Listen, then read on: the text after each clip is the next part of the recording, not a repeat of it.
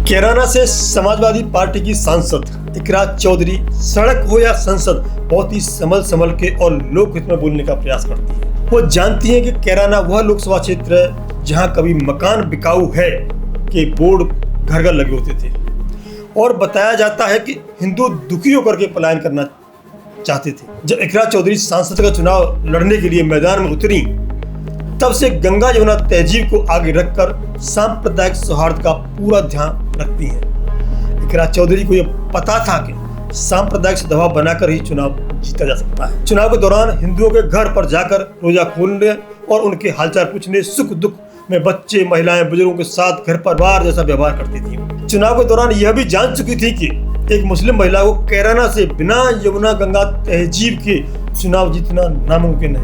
उनका ज्यादा फोकस हिंदू गांव, घर, मंदिर, स्कूल, पंचायत सब पर अपना सौहार्दपूर्ण भाषण और व्यवहार रखती थी।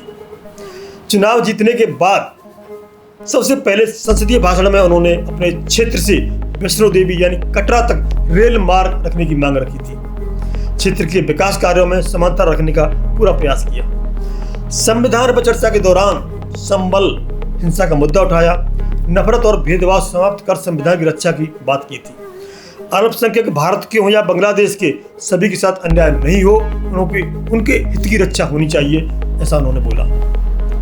इकरा चौधरी ने Mau lynching, hate speech, bulldozer के बारे में सत्ता पक्ष पर आरोप लगाया कि रोकने के बजाय सत्ता में बैठे लोग आग में घी डालने का काम कर रहे हैं।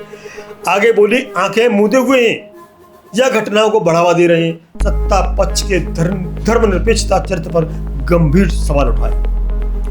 इकरा चौधरी ने दुकानों पर बोर्ड यानी नेम प्लेट जो यूपी में फरमान जारी हुआ था लगाने के लिए भी मजबूर न किया जाए, उनकी रोजी रोटी पर चोट न की जाए। स्वामी यति नरसिंहानंद के बयान को भी बेहद घटिया करार दिया था।